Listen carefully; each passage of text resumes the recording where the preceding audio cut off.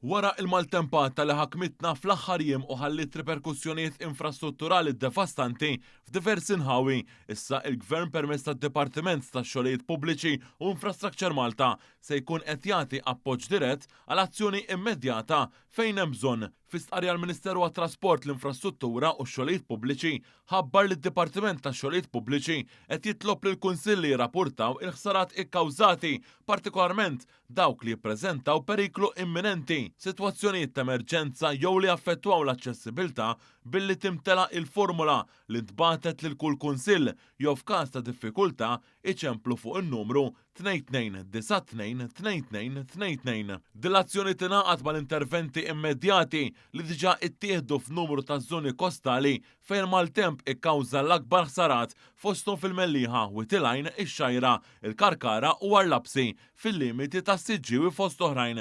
Il-Ministru responsabbli Chris Bonnet sostna li b'dan il-mod il-kunsilli se jiffaċilitaw is-sistema biex isiru t-tiswijiet meħtieġa b'effett immedjat. Is-Segretarju Parlamentari responsabbli għax-xogħlijiet pubbliċi Omar Farrugia ringrazzja l-kunsilli u l-ħaddiema li qed jassistu biex dawn il-ħsarat jissewwew mill-aktar fis u b'mod sigur għal komunitajiet lokali. Salettant il-Ministeru għall-Volontarjat permezz tal-Kunsill Malti għas-settur tal-volontarjat ukoll nieda sejħa biex laqdiet li soffrew xi ħsarat jirreġistraw formalment ħalli ikunu jistgħu jiġu evalwati il-ħsarat u l-assistenza skont il-bżonn. L-organizzazzjonijiet volontarji reġistrati ġew mistiedna jimlew il-formola fuq is-sit maltacvs.org sa nhar l-4 ta' Jannar u jinkludu evidenza b'ritratti.